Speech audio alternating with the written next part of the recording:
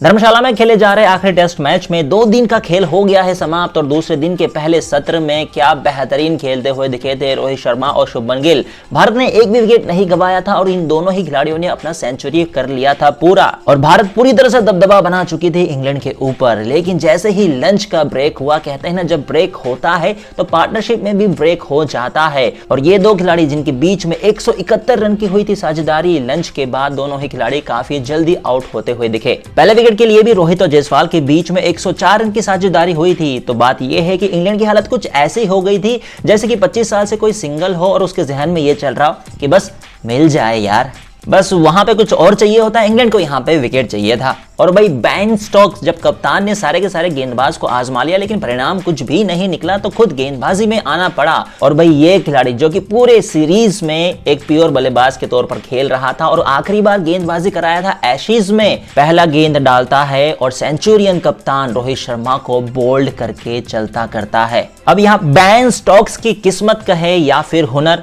भाई इस खिलाड़ी को इतना हाई क्यों रेट किया जाता है एक बार फिर से इस खिलाड़ी ने बता दिया। और टेस्ट क्रिकेट में खासकर ये कई बार कहा जाता है कि एक विकेट 2-3 विकेट लेके आता ही है और दूसरा विकेट भी काफी जल्द गिरता हुआ दिखा दूसरे सेंचुरियन शुभमन गिल का। और तुमने भी पक्का देखा होगा कि शुभमन गिल जिस ओवर में आउट हुआ उससे पिछले ओवर में एंडरसन ने कुछ कहा था शुभमन गिल को जब एंडरसन को 2 चौके जड़ दिया था। तो दो खिलाड़ियों के बीच में थोड़ा बहुत बात हुई थी और दोनों ही खिलाड़ी अलग हुए थे हंसी के साथ, लेकिन अगले ही ओवर में शुभमन गिल भी बोल्ड आउट हो गया एंडरसन के गेंद पे। तो भाई तुम्हें क्या लग रहा है कि एंडरसन ने क्या कहा होगा शुभमन गिल को कि भाई अगले ओवर में ही वो बोल्ड हो गया? बता सकते हो अपनी राय कमेंट सेक्शन में। लेकिन इन दो खिलाड़ियों के आउट होने से पहले ही भारत लीड का रास्ता पकड़ चुका था और लग रहा था कि क्या पता यहां से भारत की तरह ही इंग्लैंड भी कमबैक करते हुए दिखे और भारत का कोलैप्स देखने को मिल जाए। लेकिन नहीं, एक बार फिर से जो डेब्यूटेंट खिलाड़ी था इस बार देवदत्त पडिक्कल, उसने बेहतरीन खेला और अच्छा साथ निभाया सरफराज खान ने, जिसने खुद अपने डेब्यू में बेहतरीन बल्लेबाजी की थी और इन दोनों ही खिलाड़ियों के नाम रहा हाफ सेंचुरी। लेकिन जैसे कि कहते हैं ना हिस्ट्री रिपीट्स इटसेल्फ, पहले हमको ब्रेक देखने को मिला लंच का, इस बार टी का, और तो ये जो ब्रेक है भारत के पार्टनरशिप में ब्रेक लाता हुआ दिखा।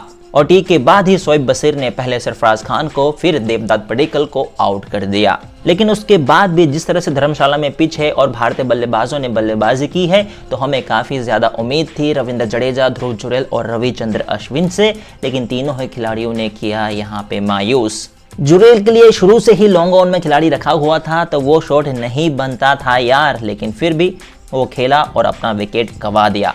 वहीं पे रविचंद्र अश्विन का ये 100वां टेस्ट मैच है लेकिन अपने बल्लेबाजी में जाना पड़ा डक में। व्हाट द डक यार, पहले इनिंग में 5 विकेट आता आता रह गया और ये बल्लेबाजी की इनिंग में व्हाट द डक हो गया। और स्थिति कुछ ऐसी हो गई थी कि एक समय पे जहां भारत 550 से ज्यादा रन बनाता हुआ दिख रहा था, अब 428 पे 8 हो चुका था और लग रहा था कि भारत की जो पारी है वो जल्द ही सिमट जाएगी। लेकिन एक बार फिर से कुलदीप यादव और जसप्रीत बुमराह ने बता दिया कि उनकी बल्लेबाजी की जो एबिलिटी है उस पर शक बिल्कुल भी नहीं करना। और दोनों ही खिलाड़ी अभी भी नाबाद बने हुए हैं। कुलदीप ने जहां 27 रन बना दिया है, बुमराह ने वहीं पे 19 रन का योगदान दिया है और दोनों ही खिलाड़ियों के बीच में 45 रन की हो चुकी है साझेदारी और भारत के नाम 255 रन की बढ़त हो चुकी है। तो भाई कल तीसरे दिन के खेल में क्या लग रहा है आपको कि कौन चमकता हो दिखेगा? क्या एंडरसन अपना 700 विकेट पूरा कर पाएगा? केवल एक ही विकेट वो दूर है। क्या रविचंद्र अश्विन या जॉनी बेस्ट्रो अपने 100वें टेस्ट मैच को और यादगार बना सकते हैं, या फिर कुलदीप यादव इस टेस्ट मैच में अपने बेहतरीन प्रदर्शन को और शानदार करता हुआ दिखेगा? क्या है आपका मानना? जरूर बताना कमेंट सेक्शन में।